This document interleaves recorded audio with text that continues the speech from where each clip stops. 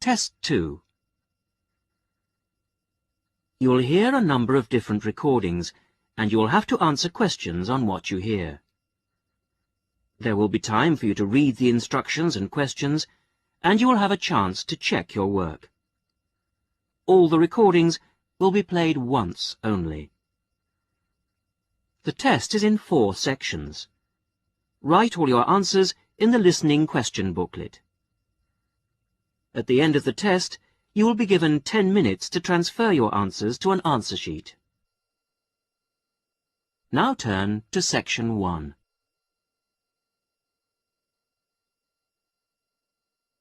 Section 1. You will hear a conversation between the receptionist of a language school and a student who has just arrived for the first morning of his English course. First, you have some time to look at questions 1 to 5.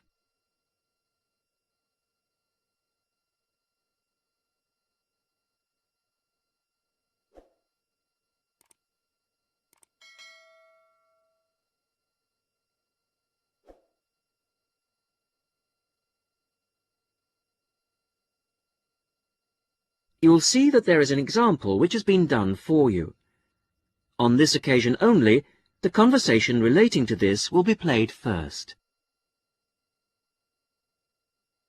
Sorry to keep you waiting. Well, firstly, let me give you this booklet. It tells you a bit more about the school, the courses and the social activities we offer. Now, on the first page, there's an outline of this morning's activities. There, you see. The programme starts at 10 o'clock. Try not to be late, as it's a very full day. The programme begins at 10 o'clock, so 10 o'clock has been written against the answer. Now we shall begin. You should answer the questions as you listen, because you will not hear the recording a second time. Listen carefully to the first part of the conversation and answer questions 1 to 5. Sorry to keep you waiting. Well, firstly, let me give you this booklet. It tells you a bit more about the school, the courses and the social activities we offer. Now, on the first page, there's an outline of this morning's activities. There, you see. The programme starts at 10 o'clock. Try not to be late, as it's a very full day. At 10 o'clock, all the new students will gather in the main hall to meet the principal and the rest of the staff. In fact, you spend most of the morning in the main hall. Where's that? I'll show you in a minute. Just let me quickly run through this morning's events first, and then I'll explain how to get there. Yes, okay.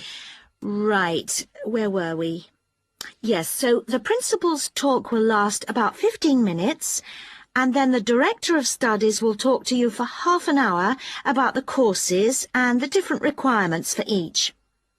After that, the Student Advisor will tell you about the various services and activities we offer to students. Any questions? So, all of this is in the main hall? That's right. And then you'll go next door to classroom 5 at 11 o'clock. What happens there? You'll have a test. Test? I don't like the sound of that. What sort of test? Oh, it's nothing to worry about. It's just a placement test to help us find your level of English so that we can put you in the right class. It won't last long. You now have some time to read questions 6 to 10.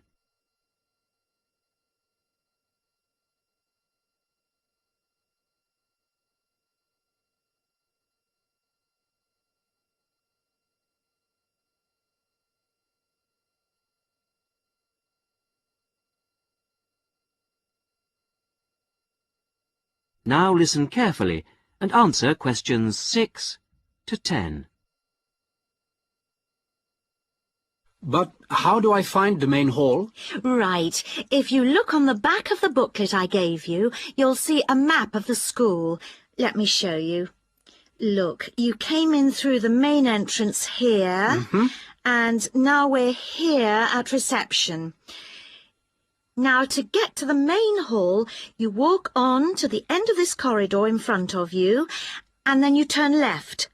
Walk along past the language laboratory and then past the library, which is next to the language lab on the same side, and facing you is the main hall at the end of the corridor. You can't miss it. So it's next to the library, in fact. Yes, that's right. I should be able to find that. And do you have a computer laboratory? Yes, we do. Could you tell me where that is? Certainly, yes.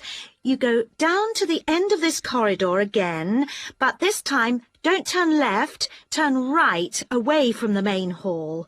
The computer lab is immediately on your right, OK? Mm-hmm. And where's the staff room in case I need to find a teacher at some stage? The staff room is near the main entrance, on the left over there, just opposite the reception desk. In a day or two, I'm sure you'll find your way around very easily. Oh, one last thing. Is there a student common room? Oh, yes, I forgot to mention that. It's this area here, very close to where we are now, to the right of the reception desk as you come in the main entrance. There's tea and coffee facilities there. Great. Thank you very much. You're welcome. That is the end of section 1. You will now have half a minute to check your answers.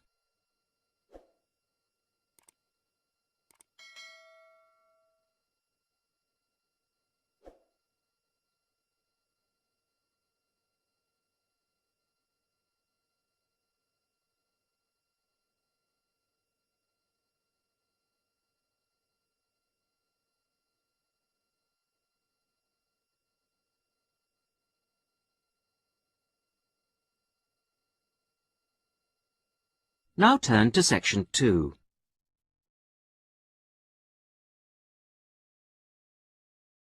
Section 2. You will hear a talk given to new students about a university advisory service. First, you have some time to look at questions 11 to 15.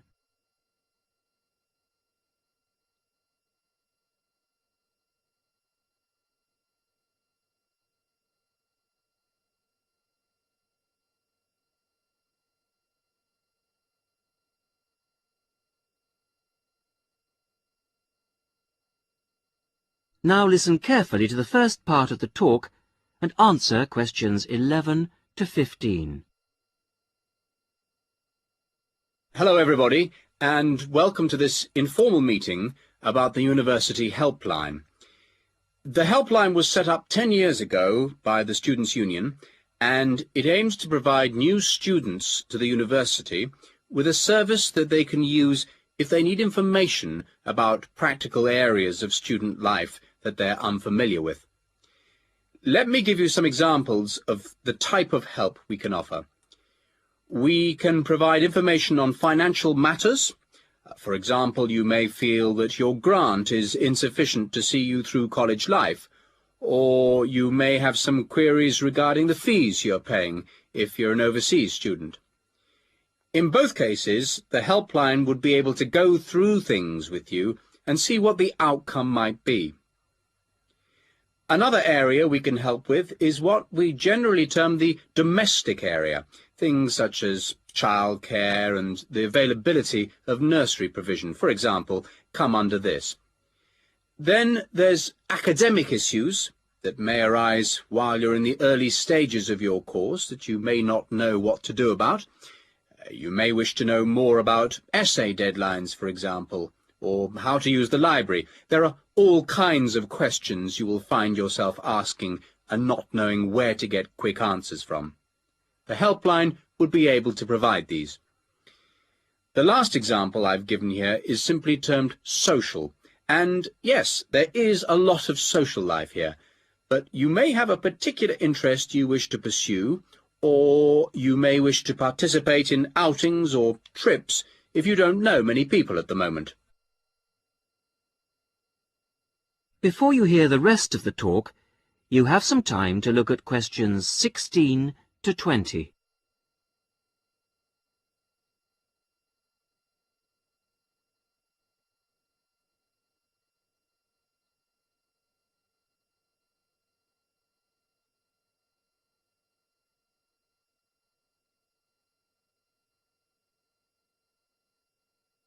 Now listen and answer questions 16 to 20.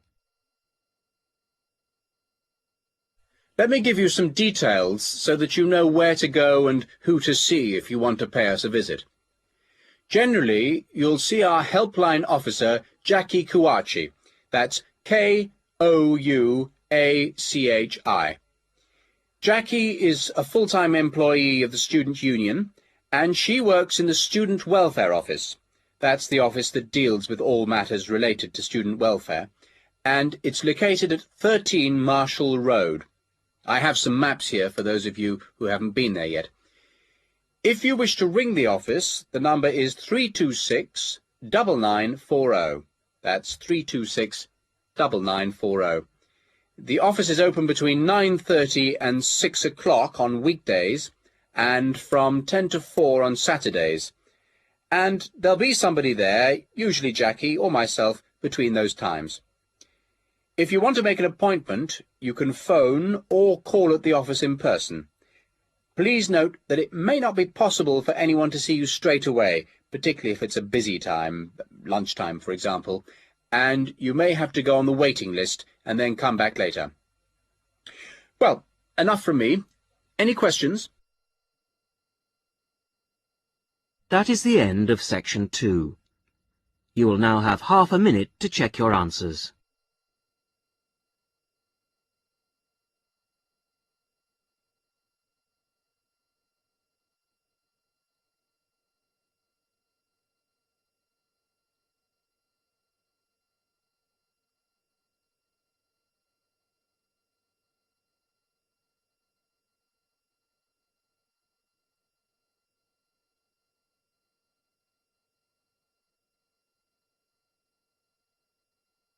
Now turn to section 3.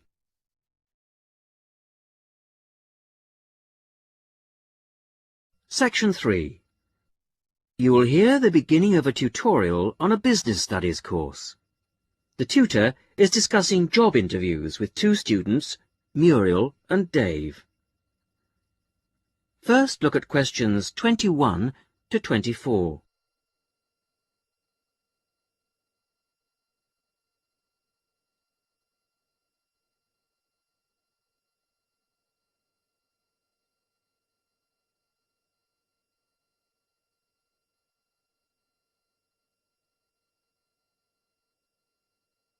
Now listen carefully and answer questions 21 to 24. Good morning. Good morning. Morning. So, we've looked at various aspects of staff selection this term, and I think by now you should be beginning to see how much more there is to it than just putting applicants through a short interview or asking the right questions. Yeah. So, I think you should be ready for today's tutorial on matching the person to the job.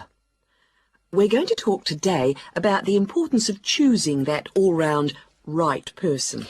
Right, so we have to put ourselves into the role of the manager or supervisor. Yes, and then we're going to imagine how different applicants would fit into the team or group they have to work with. We'll look at some examples later. It's just theoretical at the moment. Yes. The point is, you can select someone, even a friend, who has all the right qualifications, degrees, certificates, whatever. You can also check that they have a lot of experience, that they've done the sort of tasks that you want them to do in your office already, in a similar environment.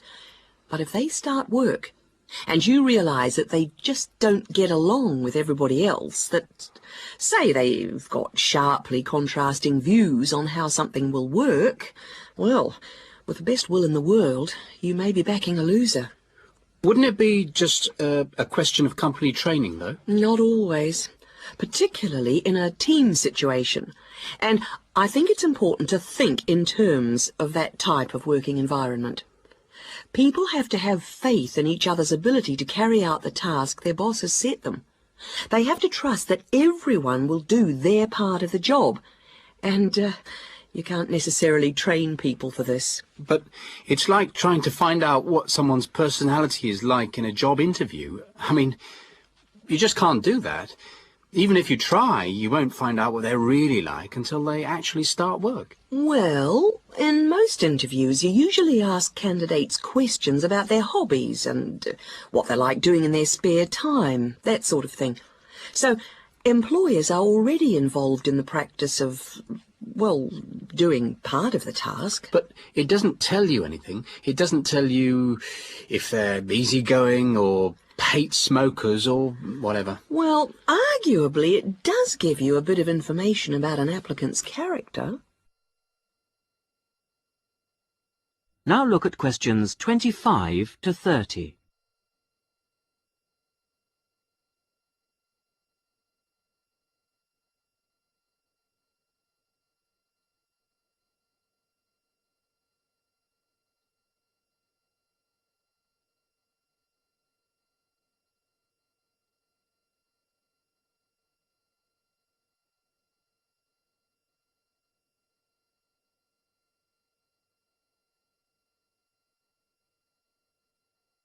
Now, as the tutorial continues, listen and answer questions 25 to 30.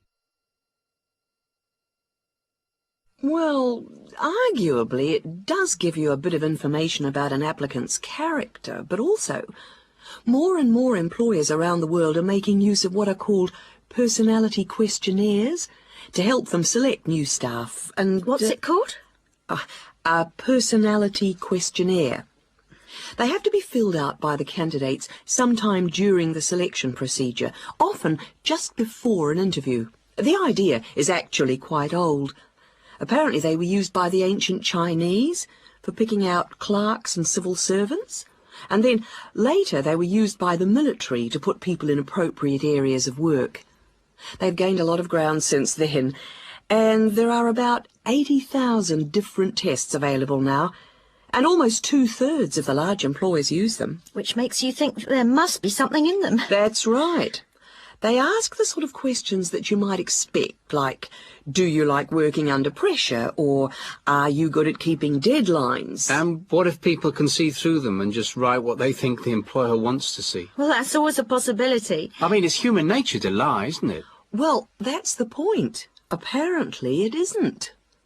These tests are compiled by experts, and they believe that the answers can provide a few simple indicators as to roughly the type of person that you are, that people will generally be truthful in that situation. And then you can go some way towards finding out whether someone's, say, forward-looking, a go-ahead type of person, or resistant to change. Yes, and there are all kinds of other methods which can be... That is the end of section 3. You will now have half a minute to check your answers.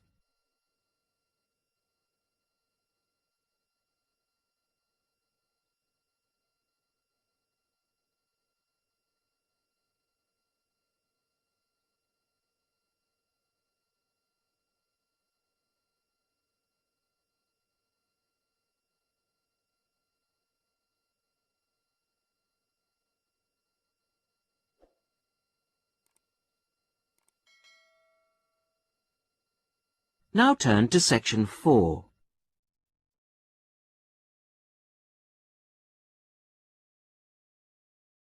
Section 4. You are going to hear a talk given by a student to a tutor and a group of fellow students in a seminar. First, you have some time to read questions 31 to 34.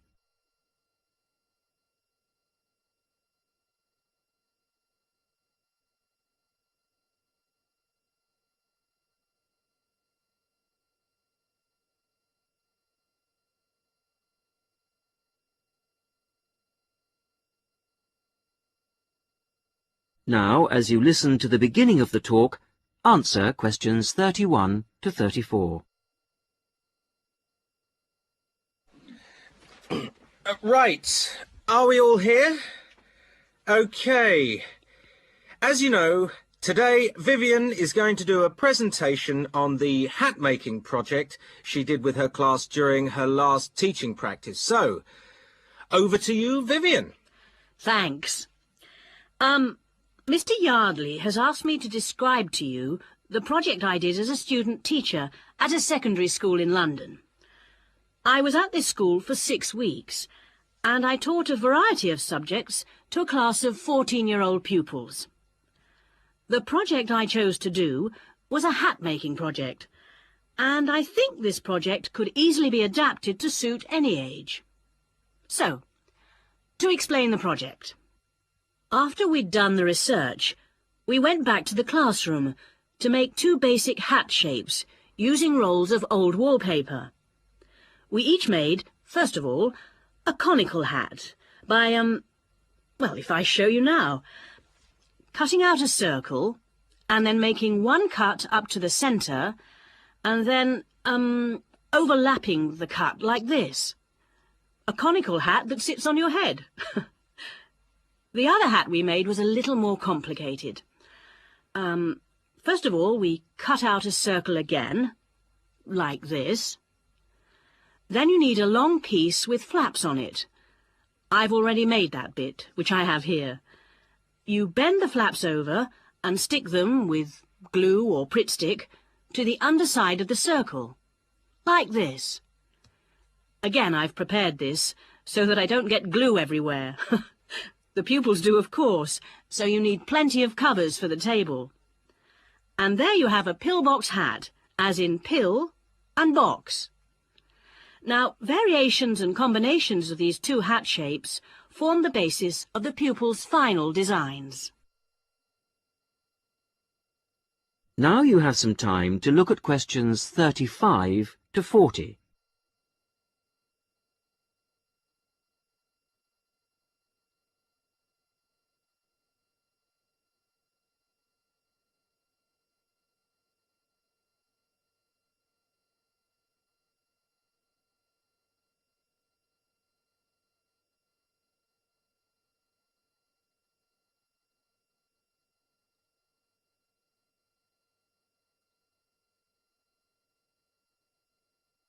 Now listen and answer questions 35 to 40.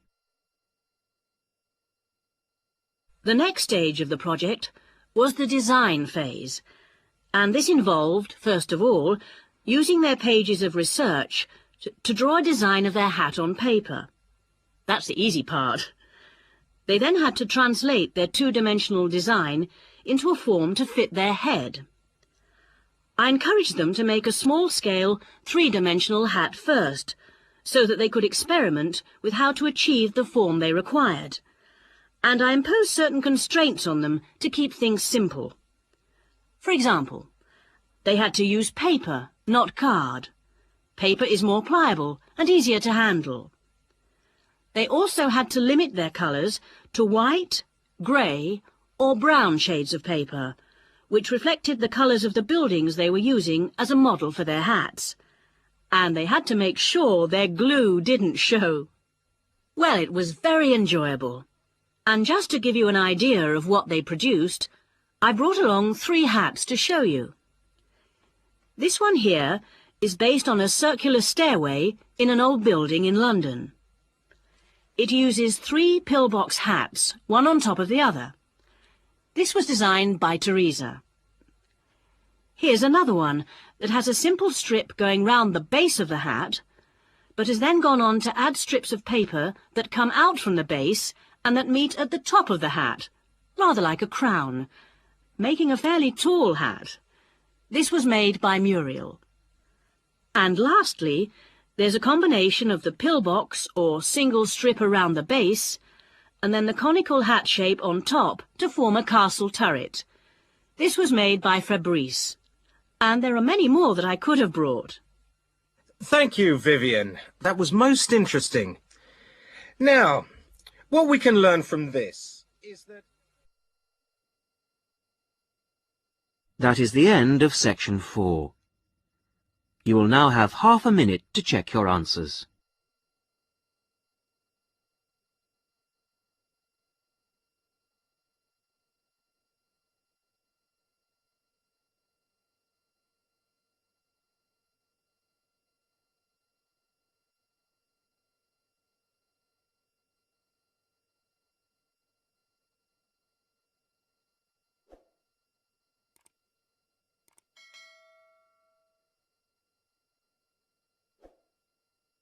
That is the end of the listening test. In the IELTS test, you would now have 10 minutes to transfer your answers to the listening answer sheet.